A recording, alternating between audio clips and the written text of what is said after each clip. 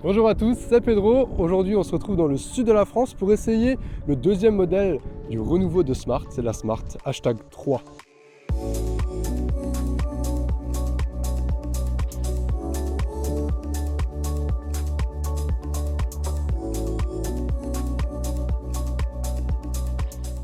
Si je suis là aujourd'hui, c'est afin de réaliser l'essai pour le blog Cambouis.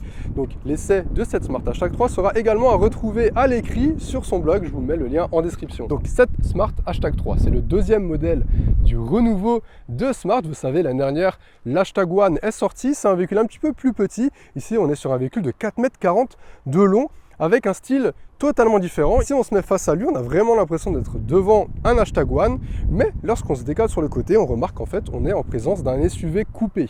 Donc, totalement différent en termes de style. Voilà, on fait des vidéos, on n'est pas tranquille entre le vent et l'avion. C'est compliqué. En tout cas, on est dans un très beau village qui s'étale sur la colline, c'est très joli ici, j'aime beaucoup le coin. On revient sur cet #3, je disais donc qu'on a le bandeau lumineux qui est donc la nouvelle signature lumineuse de la Smart, qui se termine en croix dans des feux un petit peu plus fins que sur l'H1. Ici on a du feu matriciel, autrement on a des feux full LED sur les entrées de gamme, parce qu'ici on est sur la version premium, c'est la plus haute gamme. On a 4 finitions, la Pro Plus, la Premium dont on dispose ici et la Brabus. La Brabus, c'est une version un petit peu plus spéciale, je vous en parle un petit peu plus tard. Ici on est donc sur le plus haut de gamme sur ce moteur là de 272 chevaux, car sous le capot on retrouve effectivement un moteur de 272 chevaux et 343 Nm, ce qui nous donne un 0 à 100 abattu en 5,8 secondes, ce qui est déjà honorable, c'est déjà pas mal pour du quotidien. Et sur la Brabus, on a 428 chevaux et 543 Nm, donc là ça devient assez sérieux, et on a 0 à 100 abattu en 3,7 secondes. Au niveau des batteries, on a deux capacités différentes. Sur l'entrée de gamme, donc la finition Pro, on a une batterie de 49 kWh brut, soit 47 kWh net. Cette dernière offre jusqu'à 325 km d'autonomie en cycle WLTP mixte. Et sur toutes les autres finitions, on a une batterie avec une capacité plus élevée de 66 kWh brut pour 62 kWh net, offrant jusqu'à 455 km en fonction de la finition. Et les 455 km sont atteignables sur la finition Premium. Au niveau des temps de charge, pour recharger de 10 à 80%, il faut environ compter 30 minutes, que ce soit sur la petite batterie ou sur la plus grande. Pourquoi? Car sur la petite batterie, la charge en DC est limitée à 130 kW contre 150 kW sur les plus grosses batteries. On peut également avoir du 22 kW en charge type 2, donc ça peut être assez pratique, et on annonce des charges environ de 3 heures pour recharger de 10 à 80%. D'ailleurs, notez que la pompe à chaleur est de série sur la finition Premium et Brabus. On a des petites entrées d'air donc pour le flux aérodynamique, et sur le profil on retrouve des jantes allant de 19 à 20 pouces. Ici on a du 19 pouces, le 20 pouces est réservé pour la Brabus, et ces jantes, je ne sais pas à quoi elles vous font penser, mais moi elles me font penser un petit peu à Maybach. Alors pourquoi? Parce qu'au final, Smart, ça appartient à Mercedes. Il y en a quelques petits codes quand même. Même lorsqu'on regarde les feux, il y a un petit côté EQ. Et vous allez voir qu'à l'intérieur, c'est un petit peu pareil. On retrouve un petit peu un esprit de Mercedes. En tout cas, ces jantes, je les trouve assez sympathiques, assez pleines. Donc pour le flux aérodynamique, c'est cool. Ici, l'aile aborde fièrement le logo Smart. Et autrement, on a vraiment un design très minimaliste. C'est très fluide. Et on dirait presque un galet. Je ne sais pas ce que vous en pensez. Je ne sais pas si vous comprenez ce que je veux dire. C'est que c'est assez rondouillet. C'est tout en douceur, et personnellement je trouve ça assez joli, notamment sur cette partie vitrée ici qui se fond ici dans cette petite partie noire laquée. Donc on a l'impression d'avoir un toit un petit peu flottant. Ici on a un grand toit panoramique, et ce toit donc coupé avec un petit béquet un petit peu plus proéminent ici en noir laqué. Au final, en plus là on a une configuration blanche, donc je trouve que ça se marie parfaitement bien. Par contre, j'aurais aimé ici des petites arches de roue et tout ce qui est contour de bas de caisse en noir brillant, ça aurait été franchement magnifique. Sur l'arrière, on retrouve donc ce bandeau lumineux, et lorsqu'on regarde, ça ressemble un petit peu à du Mercedes. Ici, on retrouve également la signature qui se termine en croix, mais on a un petit effet un petit peu diamanté comme ça, on dirait des petites étoiles, c'est assez sympathique.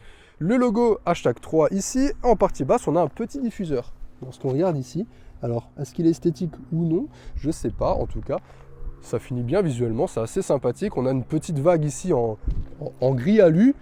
Je trouve ça relativement réussi en termes de design. Je le trouve même plus harmonieux que l'H1. Là, c'est un petit peu plus consensuel. Et personnellement, je le trouve vraiment réussi esthétiquement. Je ne sais pas ce que vous en pensez, dites-moi ça en commentaire. Mais moi, je le trouve assez joli.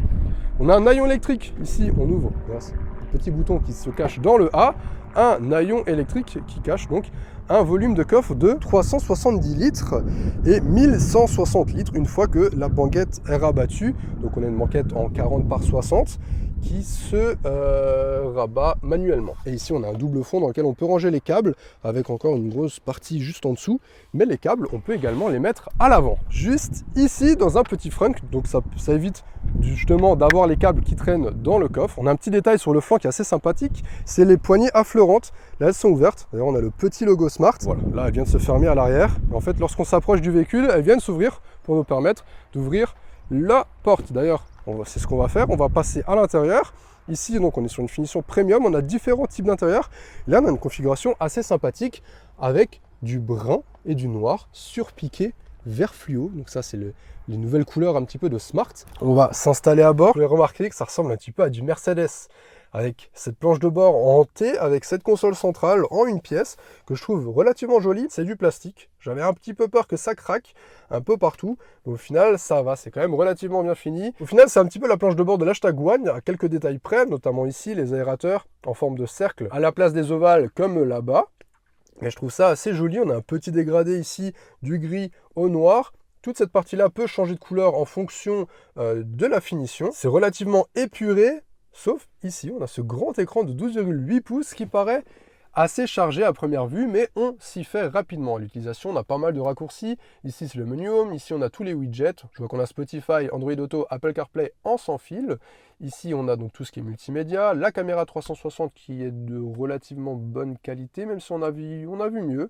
On a vu mieux.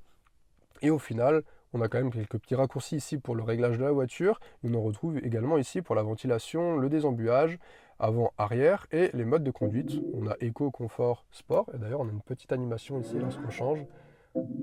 Et ici encore d'autres réglages au niveau de la conduite. Ici, on a un petit compteur digital qui affiche uniquement les informations dont on a besoin. Si maintenant je démarre, voilà, c'est très minimaliste. On a les aides à la conduite au milieu.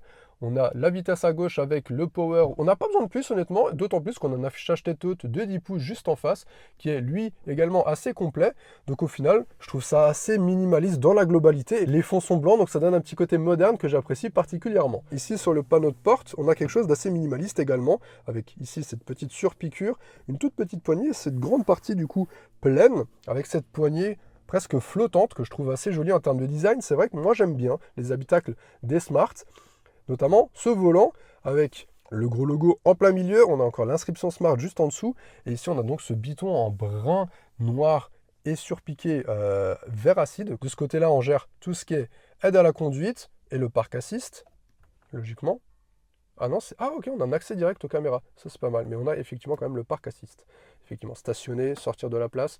On a des petites aides pour le parking. Et ici, on a donc tout ce qui est multimédia. C'est assez intuitif également. Par contre, on n'a pas de sélecteur de vitesse. Ici, ça se passe comme chez Mercedes, à l'arrière du volant sur le petit Komodo. On revient sur la console centrale. Alors, ça se voit pas trop, mais ici, on a un éclairage d'ambiance. On le voit un petit peu ici. Comme j'ai dit, on se retrouve dans l'univers Mercedes, donc on a de l'éclairage partout. Une petite trappe avec ici des petits bonbons, mais ça, c'est pas livré avec la voiture. Un chargeur à induction, on a deux prises USB type C, la clé que je trouve assez jolie aussi. On dirait un petit galet comme ça, un peu comme l'extérieur au final, très arrondi. Je trouve ça assez joli. Et on a un petit bruit lorsqu'on déverrouille, comme des gouttes d'eau, genre glou-glou, comme ça. Enfin, ploup-ploup. Pourquoi j'imite le bruit? Je sais pas, on a un petit bruit d'eau comme ça. Ici, on a deux petits porte-gobelets avec un range téléphone. Ici, on peut ranger notre téléphone, ça c'est assez pratique. Et on a encore un accoudoir central avec un grand vide-poche et donc climatisé. Donc ça c'est cool, on peut mettre des canettes l'été et on peut même ici ranger la petite carte de recharge. Au niveau des assises, on garde cette combinaison que je trouve vraiment jolie honnêtement avec ce brun. On a un appuie-tête assez moelleux. Ici, on a le petit logo Smart un petit peu partout à chaque jonction. Et on a donc un cuir perforé. Les sièges sont chauffants, ils sont relativement confortables, assez ferme tout de même, mais confortable. Deux séries sous la finition Premium et Brabus. On retrouve également un système audio Beats à 13 haut-parleurs avec un éclairage d'ambiance à l'intérieur. Et le son est relativement bon, honnêtement, pour du Beats. J'avais déjà pu essayer du Beats à l'époque sur la 500 à Barth et j'avais pas du tout aimé. Là, c'est beaucoup mieux travaillé. Au niveau de l'habitabilité arrière, qu'est-ce que ça donne? Parce qu'on a quand même 13 cm de plus que l'Hashtag One. Et c'est vrai que l'Hashtag One m'avait déjà impressionné en termes d'habitabilité. Écoutez, ici, je suis relativement bien installé également. On a pas mal d'espace au niveau des genoux. On peut passer les pieds sous le siège. Au niveau de la garde au toit, je suis assez large malgré mon 1,84 m. D'ailleurs, le siège est réglé pour moi à l'avant. On a le logo Smart ici, un éclairage d'ambiance tout autour ici. Et la banquette est assez moelleuse, un poil plus ferme qu'à l'avant. Mais on est bien installé, on est bien calé aussi. On a ici un petit accoudoir avec 2 porte-gobelets, une trappe à ski, ça c'est cool. Et surtout ce grand toit panoramique qui apporte pas mal de luminosité à l'intérieur de cet habitacle. Et ce qui est top, c'est que ce dernier est de série. Allez, on passe sur la route pour vous donner mes impressions au volant. Mais avant ça, j'ai vu que vous étiez nombreux à regarder les vidéos sans vous abonner. Donc n'hésitez pas à le faire, ça m'aiderait grandement à développer cette chaîne afin de vous présenter de plus en plus de véhicules. Merci à vous. Allez, on passe sur la route.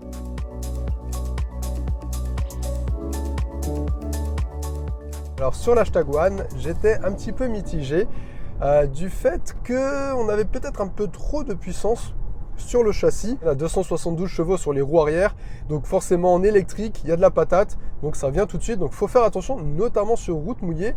Et j'espérais retrouver un meilleur comportement sur ce Hashtag 3. Alors oui, c'est mieux, mais ça reste quand même un petit peu limite. Par exemple là, j'ai pris un rond-point, je suis sorti assez fort dans le rond-point. Et ben l'arrière il a commencé à chasser, et pour des personnes lambda je trouve que c'est un poil dangereux tout de même si ça reste quand même relativement agréable à conduire. C'est vrai que par contre c'est très confortable.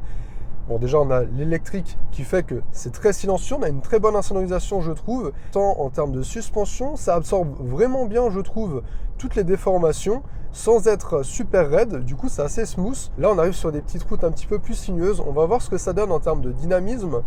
Je vais me mettre en mode sport, je pense pas que ça change quelque chose au niveau des suspensions, mais on va voir ce que ça donne. On a quand même 272 chevaux, là on est en descente et c'est vrai que ça pousse, hein. Par contre ça envoie, mais on a quand même du roulis comme vous pouvez le voir. Là on a eu les pneus qui ont crissé tout de suite. C'est vrai que c'est un poil limite ça, c'est pas une voiture qui aime se faire secouer on va dire. On peut voir sur une grande courbe. Et là, voilà, j'ai accéléré un peu fort en sortie de courbe. Il y a tout de suite le SP qui a bloqué l'accélération. Donc voilà, elle n'est pas faite pour être secouée, mais par contre sur une conduite souple, comme je vous ai dit, c'est très confortable. Donc la puissance, on a 272 chevaux sur cette version premium. Demain, on essaiera la Brabus, j'espère. Je vais faire en sorte d'essayer la Brabus, comme ça je vous ferai une petite partie sur la Brabus également, pour voir ce que ça donne, parce qu'il y a quand même beaucoup de chevaux, un 0 à 100 en 3 secondes 7. Donc c'est quand même assez impressionnant, on testera ça. Pour l'instant, on va rester sur cette premium. Suffisant, honnêtement, les 272 chevaux au quotidien, c'est presque même trop. On pourrait même en avoir moins que ça suffirait tout autant. Donc c'est agréable à l'utilisation. Si maintenant on a besoin de se dégager, c'est vrai qu'on peut accélérer et on a tout de suite de la puissance. Au niveau des consommations, je vous noterai ça pareil demain parce que là il est un petit peu trop tôt, j'ai pas encore assez roulé. Il me reste plus de 2 heures de conduite sur les départementales, etc. Donc on va voir ce que ça donne. Pour l'instant, je suis à 18 kWh. Sachant que voilà, j'ai un petit peu roulé fort, question de voir ce que ça donnait là dans la partie un petit peu plus sinueuse. À noter, on a un mode one pedal qui est assez pratique. Par contre, on ne peut pas vraiment régler la régénération, on n'a que 2 modes. On a le mode standard et le mode fort. Et là, voilà, je relâche. J'ai déjà perdu 10 km/h et je suis en standard. Je le trouve peut-être un poil trop fort. J'aurais aimé qu'en fait le mode standard soit le mode fort et qu'on ait un mode un petit peu moins puissant. Parce que là, c'est vrai que ça décélère vite. Après, voilà, c'est une question d'habitude. Là, ça fait que une trentaine de minutes, 1 heure que j'ai le véhicule. Donc, il faut aussi prendre l'habitude. Je pense que lorsque c'est le nôtre et qu'on l'utilise au quotidien, on prend l'habitude. Mais personnellement, j'aurais préféré avoir plusieurs niveaux de régénération. En tout cas, ce qui est très agréable au volant de cet Hashtag 3, c'est ce petit confort et auditif et à la conduite. Après, les sièges, là, j'ai l'impression qu'ils sont un poil fermes. Alors c'est vrai que j'ai passé la matinée assis dans le train, etc. C'est peut-être ça, à voir demain matin aussi. Mais en tout cas, on est bien calé par contre, malgré qu'on ne soit pas sur la version Brabus, même si je ne pense pas que les sièges changent sur cette Brabus. Mais c'est vrai qu'on est bien calé quand même. On a quand même des bons maintiens latéraux. Et c'est vrai que les sièges sont assez jolis. Je le redis, mais là je les regarde et c'est vrai qu'ils sont sympathiques. Au niveau des aides à la conduite, on a, comme je vous ai dit, la conduite semi-autonome de niveau 2 qui est plutôt bonne. Après, dans les virages un peu plus serré, c'est vrai qu'il a du mal à garder le cap, mais sur des virages assez longs, assez smooth, ça maintient bien comme vous pouvez le voir. Je vous mets un petit plan de coupe que j'ai réalisé juste avant. Là, on est bien centré au niveau de la voie. Alors, on me demande de tenir le volant. Par contre, il est assez permissif au niveau de la conduite semi-autonome, donc ça c'est bien. Et là, il vient de détecter un panneau 70, il ralentit automatiquement. Là, j'ai le régulateur à 70, mais il a capté que le virage était assez ferme. Du coup, il est redescendu à 50 automatiquement. Et là, il réaccélère progressivement en sortie de virage. Donc, il adapte la vitesse. Là, par contre, on a eu un petit écart. Mais il adapte la vitesse au virage, donc ça c'est pas mal. La lecture des panneaux est un petit peu erronée, souvent ils captent autre chose et du coup lorsqu'on a le régulateur adaptatif d'enclencher, il ralentit automatiquement et c'est vrai que c'est un petit peu dérangeant. Bon, après ça c'est un peu le cas chez plein de constructeurs, c'est pas le seul, mais c'est vrai que faudrait améliorer tous ces systèmes là quand même. On va également parler des tarifs. Cet hashtag 3 débute à partir de 37 315 €, soit 1000 € de plus que l'hashtag One, mais avec une meilleure habitabilité à l'arrière.